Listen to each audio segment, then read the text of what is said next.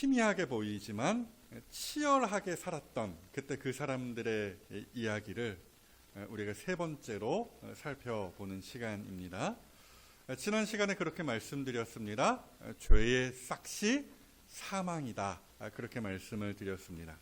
창세기 5장에 수록된 그 아담의 족복 가운데에서 우리가 확인하는 사실이 바로 그것입니다.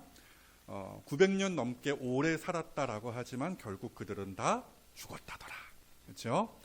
그 가운데 물론 에녹은 예외였지만 어찌되었건 5장이 우리에게 강력하게 던지는 그 메시지가 바로 그거예요. 이것만이 아닙니다. 죄의 결과로서 사람은 죽을 때까지, 죽는 것도 말하자면 억울한데 죽을 때까지 고생합니다. 그 이야기가 창세기 3장에 쭉 나와 있습니다. 일단 기본적으로 우리 여성들은 아기를 낳는 일에 수고하여야 한다라는 것이고요. 또 남자는 가족을 먹여 살리기 위하여 땀 흘려 일하여야 한다라고 하는 것입니다. 그리고 여기에 엎친 데 덮친 격으로 사람과 사람 사이의 관계가 깨어졌고 뿐만 아니라 사람과 자연 사이의 관계도 깨어졌다라는 그 모든 말씀들이 창세기 3장에 잘 수록이 되어 있죠. 이 말씀 보실까요? 창세기 3장 16절 말씀인데요. 하나님께서 하와에게 하신 말씀이 이거예요.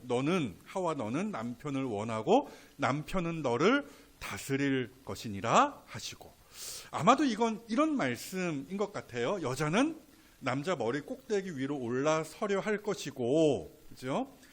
남자는 그런 여자를 폭력적으로 하여튼 억압할 것이다, 찍어 누르려고 할 것이다 라는 그런 말씀으로 우리가 이해할 수 있습니다. 그러니까 사람과 사람 사이의 그 깨어진 관계 속에서 누가 더 높이 올라서느냐 하는 어떤 그런 싸움이 이제 있을 것이다. 이것이 죄의 결과다. 하나님께서 그렇게 말씀을 하시는 거예요.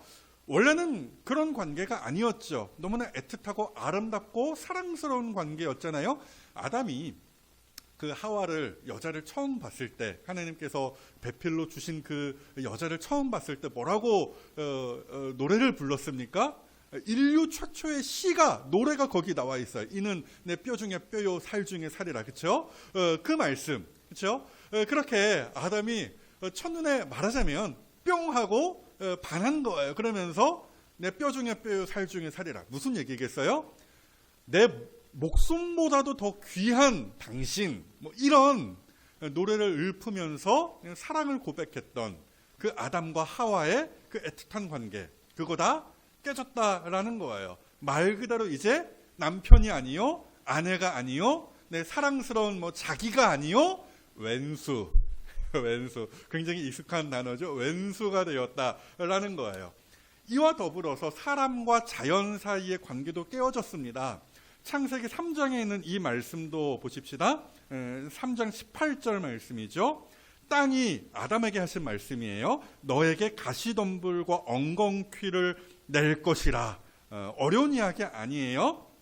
사람의 죄로 말미암아 세상 만물의 질서가 다 깨어졌다라는 거예요. 그래서 땀 흘려 일한 만큼 거두면 좋은 것인데, 땀 흘려 일해도 좋은 것으로 거두지 못할 것이라는 이 저주의 말씀을 아담에게 들려주시는 것이죠. 뭐 이건 새로운 이야기가 아닙니다. 지금도 세계 곳곳에 홍수, 지진, 가뭄, 더위, 전염병 그치지 않고 있지 않습니까?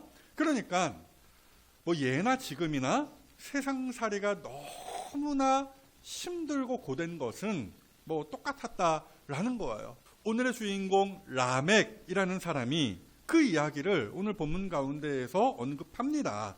본문 29절에 이런 이야기 있죠. 여호와께서 땅을 저주하심으로 수고롭게 일하는, 그렇죠? 수고와 슬픔뿐인 이 세상. 뭐 이런, 그렇죠? 이야기를 하는 거예요. 그러니까 이 말 한마디에 지금까지 제가 쭉 설명드린 모든 이야기가 다 담겨 있는 것이죠. 그래서 상상을 해보면은 아담의 족보에 이름을 올린 그 사람들이 정말 오래 살았다라고 하잖아요. 기본이 900살을 깔고 들어갑니다. 900살 못 살면 오 그렇죠? 왜 그렇게 일찍 갔대? 뭐 이렇게 이제 이하 소리를 들을 수밖에 없는, 그렇죠? 기본 900살이 넘는 그런 기나긴 인생을 그 당시 사람들이 살았다라는 거예요. 그래서 여러분 부러우십니까? 아니에요, 아니에요. 그렇죠? 아니에요. 이게 절대 부러운 일이 아니라는 거예요. 왜요? 그만큼 더 고생했다라는 것이죠. 그 사람들 900살 살면서 잘 먹고 잘 살게만 했을까요? 당연히 아니었을 것입니다. 전염병, 코로나19보다 더 센 놈이 와가지고 마스크 쓰고 다녀야 했던, 살아야 했던 그런 삶이 뭐 100년 뭐 이렇게 이어졌을 것이고요. 가정은 평안했을까요? 그렇지도 않았겠죠. 여러분 상상을 해보십시오. 중2병 뭔지 아십니까? 사춘기를 요즘 말로 중2병이라고 이야기해요. 그렇죠? 뭐 찔리는 좀 이렇게 좀 와닿는 사람이 여기 한 명이 있을 것 같은데, 그렇죠? 중2쯤 온다. 그때쯤 좀 이렇게 난치병과 같은 그 사춘기가 온다라고 해서 요즘에 중2병이라고 부릅니다. 그 중2병이 무려 200년. 그렇죠? 젊음이 더 길었을 거 아니 900살 살면서 훨씬 더 젊음이 길었다라고 보통 그렇게 추측을 하거든요. 그래서 그 중2병이 그 사춘기 시기가 우리는 뭐 몇 년 안에 이제 그 사춘기 시기를 이제 벗어납니다만은 그 당시로는 200년이라고 우리가 좀 이렇게 생각해 볼 수 있다라는 거예요. 요즘 우리 둘째 노아가 앞머리를 이렇게 기르고 있습니다. 그렇죠? 마스크까지 쓰면은 거의 앞이 이렇게 다 시꺼매요. 자, 어찌되었건 눈 한쪽만 이렇게 나와 있는데요. 어찌되었건 그래도 좀 이렇게 여러 사람들이 머리 좀 잘라라 불편해할 수 있지만 참을 수 있어요. 왜요?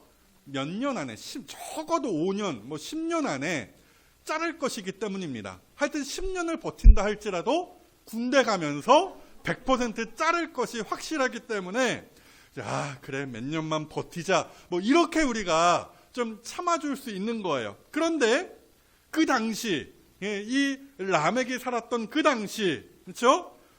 200년 동안 이 머리를 기르는 거예요. 그래서 질질 땅에 끌고 다니겠죠. 그래서 야 노아야 너 가서 마당 좀 쓸어봐라. 그럼 청소 좀 해봐라. 그럼 얘가 어떻게 하겠어요?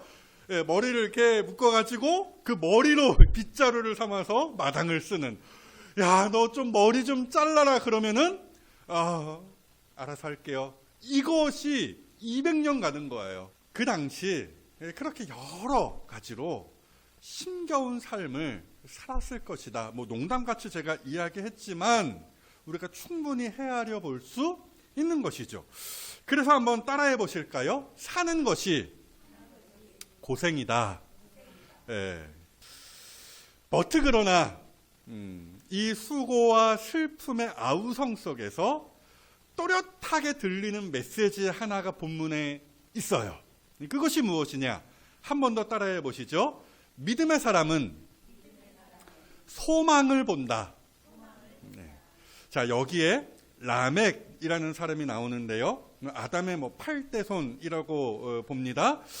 이 사람이 182세에 아들을 낳고서 무슨 말을 했더랍니까? 본문 29절에 이렇게 되어 있죠. 이르되 여호와께서 땅을 저주하심으로 수고롭게 일하는 우리를, 이 아들이 우리를 안위하리라 라고 하는 거예요. 이게 아까 불렀던 찬송하고도 좀 그대로 통하는 말씀이 되는 것입니다. 이 세상 뭡니까? 슬픔과 뭐 하여튼 근심 많은 이 세상이지만 곧 평안히 쉬리로다. 어쨌든 보십시오. 가장 어둡고 절망적인 시대였습니다. 사는 것 자체가 고통이었다라고 말씀을 드렸어요. 그럼에도 그 어두운 세상 속에서 하나님을 알고 하나님을 의지하고 하나님을 예배하던 그 라멕이 언제요? 아들을 낳았을 그때에 믿음으로 고백하기를 하나님께서 우리에게 쉼을 주실 것이다. 그렇죠? 그 미래가 안식하는 날이 곧 올 것이다 라고 고백하며 예견했다라는 거예요. 여러분 참 재미있게도 창세기 4장과 5장에 나와 있는 그 아담과 셋의 족보를 가만히 보시면은 누가 어떤 자녀를 낳았을 때 그때에 딱 그 시점에 눈이 번쩍 뜨이고 하나님의 뜻을 깨닫는 은혜가 있었다더라는 이야기가 반복이 됩니다. 특별히 지난 시간에 만났던 에녹의 경우도 그러했습니다. 자, 에녹이 아들을 낳았어요. 무드셀라를 낳았습니다. 딱 그때에 에녹의 삶에 있어서 아주 중대한 변화가 있었음을 성경이 이야기를 해주는 것이죠. 지난주 본문을 다시 한번 살펴보실까요? 창세기 5장 21절 이하의 말씀이죠. 에녹은 65세에 무드셀라를 낳았고 무드셀라를 낳은 후 300년을 하나님과 동행하며 자녀들을 낳았으며 이런 말씀이 있었죠. 그러니까 잘 보시면은 에녹이 무드셀라를 낳았을 때, 그렇죠? 그때가 중요한 거예요. 그때 뭔가 일이 있었다라는 것이죠. 그때 에녹이 뭔가를 깊이 있게 깨달았던 거예요. 유다서나 이런 신약 성경으로 건너가서 에녹에 대한 언급들을 쭉 추적해 보면은 아마도 에녹은 하나님의 심판, 그것이 노아 홍수의 심판이죠. 그것이 곧 있을 것이라는 사실을 내다보았던 것으로 우리가 생각해 볼 수 있는 것인데요. 어찌되었건 그때, 그렇죠? 아이를 낳았을, 무드셀라를 낳았을 그때 뭔가 깊이 있는 하나님의 뜻을 깨닫는 은혜를 에녹이 경험했던 것이고, 그래서 그때로부터 에녹은 하나님의 말씀에 순종하며 또 그 말씀을 전파하며 하나님과 동행하는 삶을 시작하였다더라. 그렇죠? 그 말씀이 저 창세기 5장 21절의 말씀이 되는 것이에요. 그러니까 자녀의 출생을 통하여서 하나님께서 당시 사람들에게 특별한 메시지를 주시곤 하셨다라는 사실을 우리가 발견할 수 있는 대목이 되는 것이죠. 똑같습니다.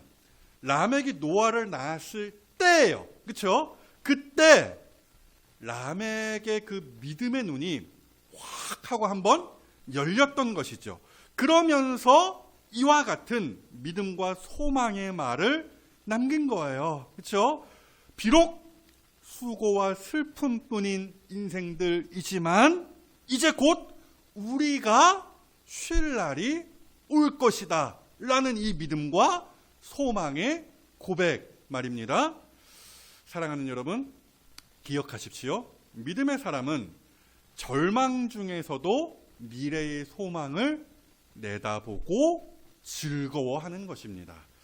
그렇다면 라멕이 소망 중에 내다봤다라고 하는 그 안식, 안위, 그렇죠? 노아의 이름과 같은 안위, 안식, 쉼, 위로 다 같은 말인데요. 이것이 어떤 것이었겠습니까? 그것은 우선 이렇게 생각해 볼 수 있어요. 하늘에서의 위로와 안식이었다라고요. 라멕의 할아버지 누구였는지 아십니까? 에녹이었습니다. 그렇죠? 족보를 그냥 쭉 펼쳐놓고 보시면은 라멕의 할아버지가 하나님과 동행함으로 생명을 끝내 얻었던, 하늘로 뿅 하고 올라갔던 그 에녹이었어요. 단순한 계산상으로 라멕이 113세가 되었을 때 그 할아버지 에녹이 그렇게 하나님과 동행한 끝에 뿅 하고 하늘로 옮겨진 것을 라멕이 보았다라는 계산이 나오거든요. 113세였습니다. 이걸 직접 보고 듣고 경험했던 라멕은 깨달았던 것이죠. 수고와 죽음 앞에서 겁내고 절망할 필요가 없다라는 사실을 깨달았던 거예요. 하나님과 동행하는 사람에게 바로 그 영원한 생명이 주어진다라는 사실을 특별히 그 아들 노아를 낳았을 때 그 하나님의 은혜 가운데에서 분명하게 다시 한번 깨달았던 것이에요. 지난 시간에 마틴 루터가 그런 이야기를 했다라고 말씀을 드렸어요. 왜 하나님께서 에녹을 데려가셨을까? 마틴 루터가 이렇게 답을 주었습니다. 저주와 죽음과 죄와 악이 가득한 세상과 전혀 다른 더 나은 세상이 저 하늘 위에 있다라는 사실을 당시 모든 사람들에게 알려주기 위하여라고 했습니다. 바로 그 이야기입니다.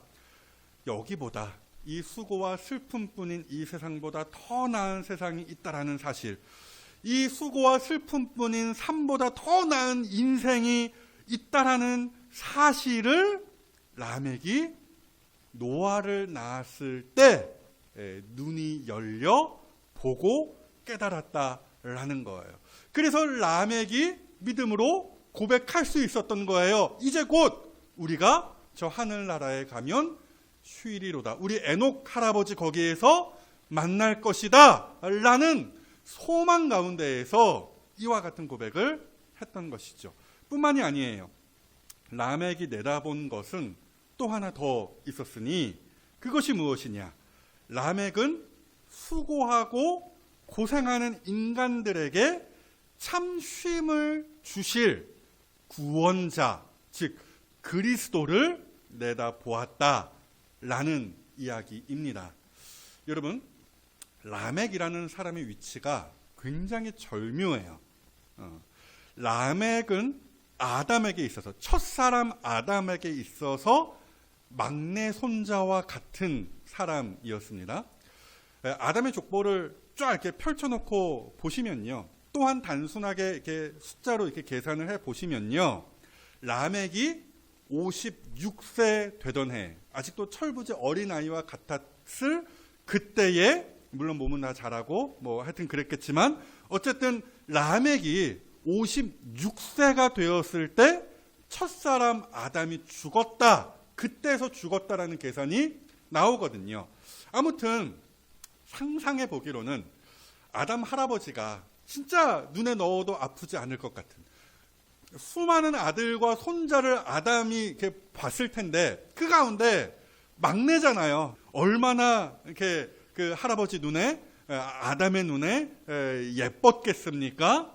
그래서 때로는 아담 할아버지가 라멕 뭐 이리 오렴 뭐 그래가지고 왜요 할아버지 뭐 그러면은 무릎에 이렇게 앉혀놓고서 뭐 여러 말씀들, 옛날 이야기들, 뭐 에덴 동산에서의 이야기뿐만 아니라 여러 가지 이야기들을 라멕에게 들려주지 않았겠습니까? 여러분, 이게요 그냥 단순한 제 어떤 상상이 아니라 실제로 그랬던 걸로 보여요. 왜요? 오늘 본문을 보시면은 아담 할아버지로부터 라멕이 들었을 것 같은 그 말씀의 흔적이 있거든요. 라멕이 노아를 낳았을 때 이렇게 말했다고 했죠. 본문 29절을 보시면은 여호와께서 땅을 저주하심으로 수고롭게 일하는 이라고 했잖아요. 바로 저 부분입니다. 저 말씀 어디에 있는 말씀과 똑같다라는 거예요. 창세기 3장 17절에 있는 말씀, 그렇죠? 하나님께서 아담에게 그 당시에 직접 들려주셨던 말씀과 겹치는 말씀이 되는 거예요. 그렇죠? 땅은 그렇죠? 너로 말미암아 저주를 받고 너는 내 평생에 수고하여야 그 소산을 먹으리라. 이 말씀 묘하게 겹치지 않습니까? 그러니까 라멕은요 아담 할아버지로부터 직간접적으로 많은 말씀들을 전수받았다라는 사실을 우리가 저 짤막한 말씀 한 구절 가운데에서 확인하는 것이에요.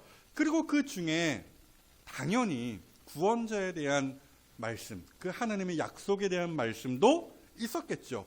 그 유명한 흔히 우리가 원시복음이라고 하는 창세기 3장 15절 말씀, 어떤 말씀이었습니까? 여자의 후손에 대한 그 약속의 말씀이 있었거든요. 하나님께서 여자의 후손을 우리에게 보내어 주심으로 말미암아 그 모든 인생의 저주와 고생이 끊어지고 평화와 안식의 날이 올 것임을 하느님께서 약속해 주셨어요. 라멕은 당연히 그 말씀까지 아담 할아버지로부터 들어서 알고 있었겠죠. 그래서 라멕은요, 자기 아들 노아를 보며 동시에 장차 이 땅에 오실 구원자 예수 그리스도를 내다볼 수 있었던 거예요. 그 노아를 보면서 어떻게 그리스도를 보냐? 너무 오바하는 거 아니냐? 이렇게 말씀하실 수 있겠지만 여러분, 이게 말이 되는 말이에요. 아브라함도요, 예수님이 이 땅에 오실 날을 봤다라고 성경에 기록이 되어 있거든요. 누가 그 이야기를 하셨습니까? 예수님이 하셨어요. 예수님께서 요한복음 8장 56절에서 이런 말씀을 하셨죠. 너희 조상 아브라함은 나, 예수님이거든요. 나의 때 볼 것을 즐거워하다가 봤대요. 보고 즐거워하였느니라. 이렇게 예수님께서 굉장히 알쏭달쏭한 말씀을 하신 적이 있어요. 자, 이게 무슨 얘기냐면은 라멕의 경우와 똑같다라는 거예요. 아브라함이 그의 아들 이삭을 낳았을 때, 그렇죠? 아브라함은 그 이삭을 통하여서 그 너머에 계셨던 예수님을 봤다라는 그 말씀이 되는 것입니다. 실제로 예수님이 누구의 후손으로 오셨어요? 아브라함의 후손, 그 이삭의 후손으로 이 땅에 오셨죠. 뿐만 아니에요. 예수님께서 라멕의 후손, 노아의 후손으로 이 땅에 오신 것이죠. 바로 그렇게 노아의 후손으로 오실 그리스도, 그 여자의 후손을 오늘 라멕이 은혜 가운데에서 믿음의 눈이 열림으로써 내다 볼 수 있었다라는 거예요. 물론 저 너머에 계신 예수님이 그 여자의 후손, 그 그리스도 구원자가 희미하게 라멕의 눈에는 보였겠죠. 그럼에도 라멕은 노아를 통하여서 이 땅에 오실 그리스도를 보았고, 바로 그분으로 인하여 우리가 장차 얻을 영원한 평화와 쉼과 위로를 내다 보았다라는 것입니다. 그러면서 곧 평안이 쉴 것이다. 이 믿음의 고백을 한 것이에요. 이처럼 믿음의 사람은요, 현실에 낙심하지 않습니다. 절망 중에서도 미래의 소망을 내다보며 도리어 즐거워하는 그 은혜를 이 땅에서 풍족하게 누리더라는 말씀입니다. 사랑하는 여러분, 그러하기에 제가 오늘 이 말씀을 가지고 여러분들에게 두 가지 권면을 짧게 드리겠는데요. 첫째, 여러분들도 믿음의 눈을 좀 이렇게 들어서 올려다 보시면서 천국을 내다 보시기를 축복합니다. 여러분, 맞습니다. 사는 게 고생인 거 맞아요. 정말 힘듭니다. 제일 편할 때가 언제입니까? 잘 때. 그렇죠? 다 똑같네요. 잘 때입니다. 저 같은 경우에는 이 주일 설교를 마친 이 직후, 그렇죠? 이렇게 쉴 때, 그때가 가장 좋습니다. 그만큼 무슨 얘기예요? 우리의 인생이 참 고달프다라는 것이죠. 하지만 신자에게는 언제나 소망이 있다는 사실을 여러분 믿으시기를 바랍니다. 예수를 믿고 구원받은 우리에게는 죽으면 어디로 가요? 천국이에요. 신자들에게는 더 이상 죽음이 죄의 형벌로서의 죽음이 아니라는 거예요. 우리에게 죽음은 무엇입니까? 천국으로 향하는 하나의 관문일 뿐이다. 이것이 사실 성경의 가르침이거든요. 도리어 그 신자의 죽음이 하나님께 영광이 될 수 있다는 사실도 우리가 그 요한복음, 그 베드로의 이야기를 통하여서도 우리가 확인할 수 있는 거예요. 어찌되었건 죽으면 천국이고 부활하면 영생이다 라는 거예요. 만약 오늘 우리 주님이 이 땅에 오신다라고 한다면 우리는 에녹처럼 다이렉트로 죽지 않고 천국으로 뿅 하고 올라가는 그 은혜를, 그 영광을 누리게 될 것이에요. 그래서 데살로니가전서 4장 말씀, 우리에게 참 소망이 되는 말씀이죠. 그 후에 우리 살아남은 자들도 그들과 함께 구름 속으로 끌어올려 공중에서 주를 영접하게 하시리니 그리하여 우리가 항상 주와 함께 있으리라는 이 말씀이요. 그렇죠? 그러하기에 믿음의 사람은요, 이 세상 속에서 한숨만 쉬지 않습니다. 고통 가운데에서도 저 너머에 있는 영원한 안식을 내다보죠. 이렇게 살았던 사람들이 성경에 수두룩합니다. 특별히 히브리서 11장 말씀을 보시면 그런 사람들이 많이 나와 있죠. 이 땅에서 죽을 고생을 했던 그 사람들이었으나 시선이 언제나 하늘에 꽂혀 있었던 그 사람들에 대한 이야기가 히브리서 11장 16절 말씀에 있어요. 그들이 이제는 더 나은 본향을 사모하니 곧 어디에 있어요? 하늘에 있는 것이니라. 그러므로 축복합니다. 천국을 보는 눈이 활짝 열리시기를 축복합니다. 가진 것 별로 없어요. 되는 일 하나 없을지 몰라요.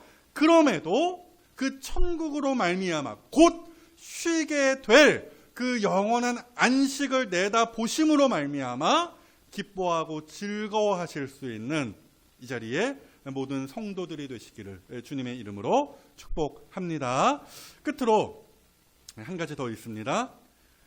사랑하는 여러분, 참된 위로자의 위로를 오늘 받으셔야 하는 거예요. 오늘이요, 오늘. 그렇죠? 내일이 아니라 오늘 받으실 수 있어야 하는 것입니다.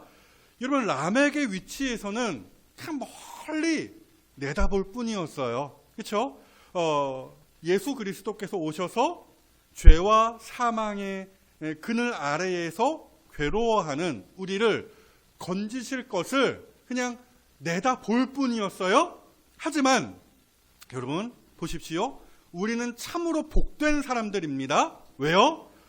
라멕이 그토록 바라고 원했던 그 위로와 안식과 평화를 우리는 지금 현재적으로 누리고 있는 사람들이기 때문입니다.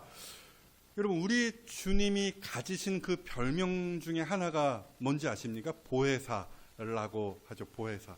무슨 뜻입니까? 이게 바로 위로자라는 뜻이에요. 그렇죠? 헬퍼.